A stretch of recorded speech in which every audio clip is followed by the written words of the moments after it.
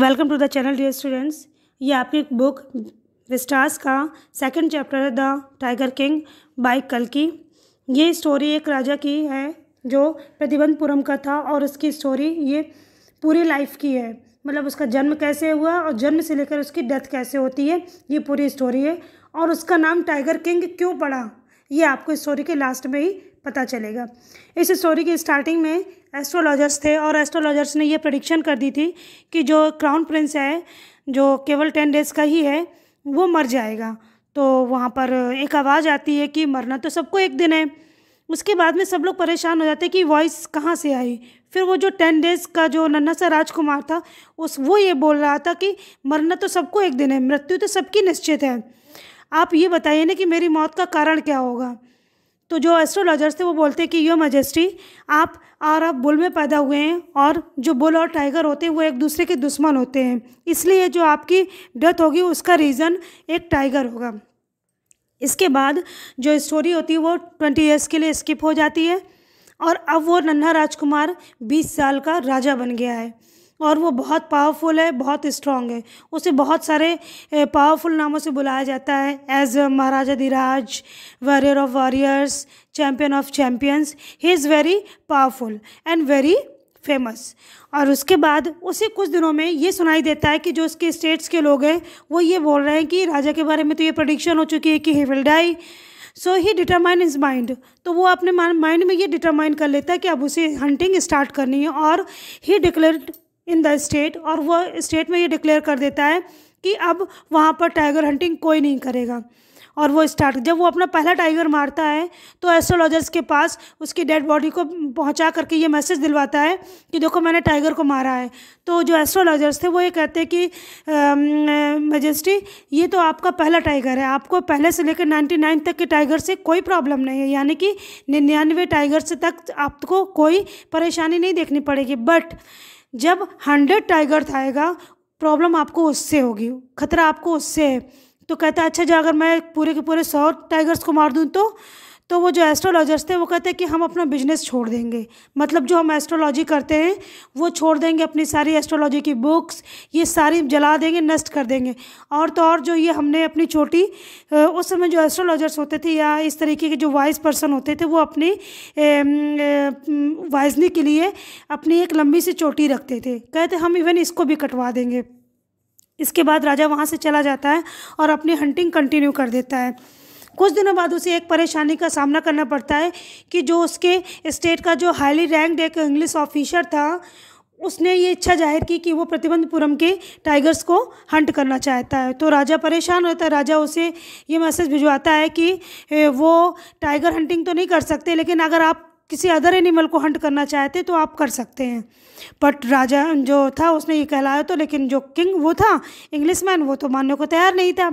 फिर राजा परेशान हो जाता है कि अगर उस पर्सन ने यानी जो इंग्लिश ऑफिसर था ही वॉज ऑल्सो पावरफुल, वो भी तो पावरफुल था, तो वो अगर इन्वेट कर देगा इसके स्टेट पे यानी आक्रमण कर देगा तो उसको अपने राज्य से हाथ धोना पड़ेगा। Now he was facing two difficulties. First was his state and second was his target, यानी कि पहला तो एक तो उसका वो जो स्टेट था उसको उस इंग्लिश ऑफिसर से बचाना था और दूसरा था कि उसको अपना टाइगर हंटिंग का टारगेट भी पूरा करना था।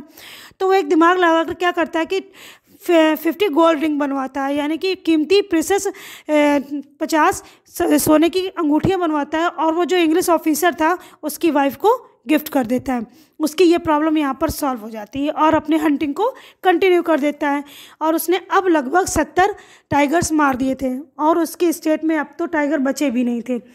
एंड ही बिकेम वरीड, और वो चिंतित हो जाता है कि अब वो क्या करेगा। देन ही कॉल्ड हिज दीवान, अब वो अपने दीवान को बुलाता है और उससे कहता है कि मुझे शादी करनी है। तो दीवान कहता है कि शादी करनी है, बोला हाँ मुझे शादी करनी है और आप एक ऐसी लड़की ढूंढिए जिसके पास खूब बड़ा सा प्रोविंजन हो, प्लस यानी कि एक खूब बड़ा साम्राज्य हो और उसके साम्राज्य में बहुत सारे टाइगर हों। तो जो उसका दीवान था वो समझ जाता है, वो वैसा ही राज्य की लड़की को ढूंढ कर लाता है और उसकी शादी हो जाती है। आफ्टर दैट वो जब भी अपने फादर इन लॉ के यहाँ जाता था तो 5, 6 इस तरह की काउंटिंग में टाइगर्स हंट किया करता था और धीरे धीरे उसकी टाइगर हंटिंग की 99 तक की काउंटिंग कंप्लीट हो गई, यानी कि उसने 99 टाइगर्स मार दिए। अब आता है नंबर 100 टाइगर का। तो जो उसका फादर इन लॉ का स्टेट था वहाँ के टाइगर भी इंस्टिंक्ट हो गए थे, यानी कि ख़त्म हो गए थे। अब उसको 100वां टाइगर जो वो मिल नहीं रहा था, वो बहुत परेशान हो जाता है। फिर वो एक दिन उसको बुलाता है दीवान को और कहता है कि मेरे लिए 100 टाइगर का कहीं से आप इंतज़ाम कीजिए। तो दीवान कहता है ठीक है। दीवान बहुत दिनों तक सोचता रहता है, फिर वो दिमाग लगा करके उसे ये पता चलता है कि चेन्नई का जो पार्क है वहाँ पर एक टाइगर आया, वो वहाँ से उसे बुलवा लेता है और उसी स्टेट में, यानी कि अपने स्टेट में प्रतिबंधपुरम में उसको छुड़वा देता है। राजा वहीं से निकल रहा होता है, उसको वो टाइगर दिख जाता है and he will shoot it, और वो उसको मार देगा। उसने उसे शूट कर दिया, वो टाइगर नीचे गिर जाता है। फिर जो वहाँ के लोकल हंटर थे, राजा उससे कहता है कि जाओ जाकर देखो कि मर गया। तो जो हंटर्स थे वो दीवान के साथ में जाते हैं और देखते हैं, तो उनको पता चल जाता है कि टाइगर अभी जिंदा है।